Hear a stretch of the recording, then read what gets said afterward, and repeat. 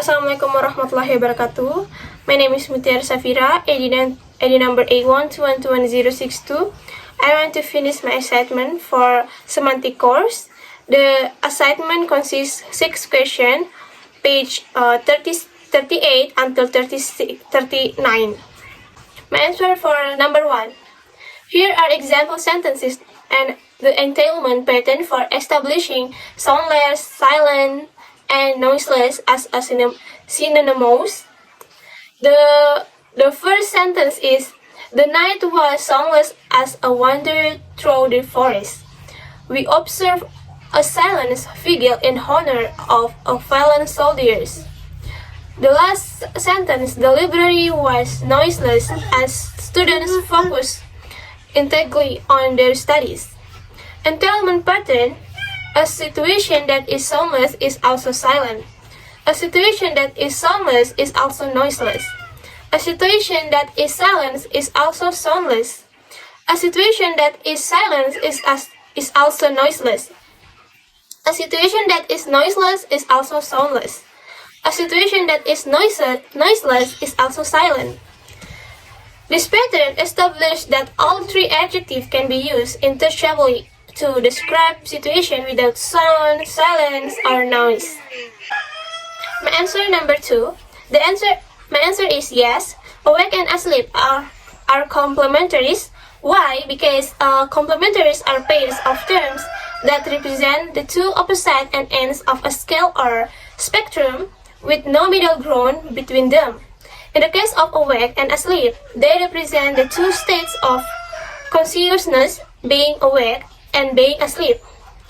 There is no middle ground between being awake and being asleep. You are either in one state or the another. Now, let's consider how half awake, half sleep, and dozy fit into the meanings of awake and asleep. Half awake, this term suggests a state where someone is partially conscious or awake but not fully awake. It implies being in a traditional state between being fully awake and being asleep. It leans more toward the awake end of the spectrum but still has elements of drowsiness or reduced awareness. Next is half asleep. Similar to half awake, this term implies a state where someone is partially asleep but not fully unconscious. It suggests being in a traditional state between being fully asleep and being awake. It leans more toward the sleep end of the spectrum but still involves some level of awareness. Last is dozy. This term describes a state of drowsiness or sleepiness where someone is not fully awake but also not fully asleep. It suggests a feeling of lethargy or being on the verge of falling asleep. While it leans more toward the asleep end of the spectrum, it also implies some degree of consciousness. In summary, half awake, half asleep, and dozy all occupy intermediate position on the spectrum between being fully awake and fully asleep. They provide nuances to the meanings of awake and asleep, indicating traditional state of or degrees of consciousness and sleepiness. My answer for number 3. The relevant meaning difference between the form in the two columns lies in the intensity or degree of emphasis conveyed by the adjective when modified by quiet. In the left column, where quiet can only be a downtoner, it serves to moderate or diminish the intensity of the adjective. For example, quiet clever suggests a moderate level of deafness or not exceptionally clever. Quiet light implies a moderate degree of lateness, not as extremely late. Next, quite small indicate a moderate size, not exceptionally small. Quite unusual suggests something is moderately unusual, not extremely so. In the contrast in the form in the right column, the quiet can only be maximizer, convey a sense of intensity or extremity to the fullest extent.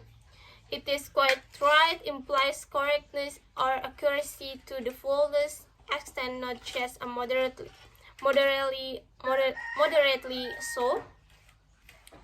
And next, quite finish suggests complexion or finality to the full extent, not just moderately finish. And quiet impossible indicate that something is extremely or entirely impossible, not just moderately difficult or challenging. And the last is quiet alone implies complete solitude or isolation, not just moderately so.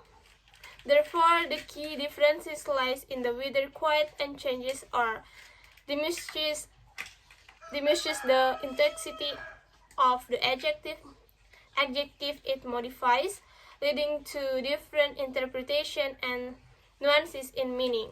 This is my answer for question number 4. This class exercise aims to familiarize students with different resources for finding synonym and antonym. Here is how the exercise can be structured. The first is research on rugged disorders. Half of the class will research and explore how rugged disorders is organized. Students can investigate the structure of rugged disorders, focusing on how synonyms, a synonym, and opposite are categorized and presented. Students can prepare short description of their findings, highlighting the organization and navigation of rugged disorders, along with example of synonym and antonym found within. And number 2 is find synonym dictionaries. The other half of the class will research for one or more synonym dictionaries or synonym finders. Students can explore online or physical researchers that provide lists of synonyms for variation words. They should look for the dictionaries or the researcher that offer synonym in a user-friendly format and provide additional information or context for each synonym. Students should gather example of synonym from the chosen researcher and not any unique feature or advantages of the synonym dictionaries they find. And the last is class presentation. In class, each group will present their finding. The group that researched rugged disorders can explain in its organization, thematic arrangement, and how synonym and opposite are categorized. They can provide examples to demonstrate how rugged disorders can be used to find synonym and antonym effectively. The group that explores synonym dictionaries can describe the researcher they found, highlighting their feature disability and not any noteworthy aspect. And the last is they can share example of synonym from the dictionaries they discover and discuss how this researcher can assist in writing and expanding vocabulary. My answer for number 5. The adjective that would normally yield bias, how adjective is was. Question that would not as follow. Number 1 is bias question. Bias question, old or young, as in how old is, can be biased because it assumes that being older or younger is inherently negative or positive. It may imply a bias against older or younger individuals based on age. Next, miserable and pleasant. Question like how miserable is can be biased as they suggest that being miserable is undesirable, while how pleasant is implies a bias toward positively assuming that pleasantness is preferred over misery. And the last is unpalatable or tasty. Similarly, asking how unpalatable is implies a bias against something that is unpalatable, while how tasty is suggests a preference for testiness over unpalatability. Next is non-biased question. It is weak and strong. Question like how weak is and how strong is are less likely to yield biased responses, while strength may be generally perceived as positive. Weakness is not inherently negative in all contexts, such as discussing physical ability or characteristic. In summary, question about age, emotional state, and test preference may lead to biased responses due to societal biases associated with these attributes. However, question about physical strength may be less likely to elicit biased responses, as strength and weakness can be evaluated objectively in certain contexts. My answer for number 6. Based on the meanings of the adjectives, the phrases that can be handled by an intersective account of modification are: number 1 is royal visitor. Both royal and visitor intersect to describe a type of visitor who has royal status or connection. Number 2 is heavy eater. Both heavy and eater intersect to describe someone who eats a large amount or has a hearty appetite. The phrases royal respondent and wiseful cannot be handled by strictly intersective account, as the adjectives seem to have a non-intersective meaning when combined with a noun. A royal correspondent is not necessarily a royal person who is also a respondent, but rather a respondent covering royal matters.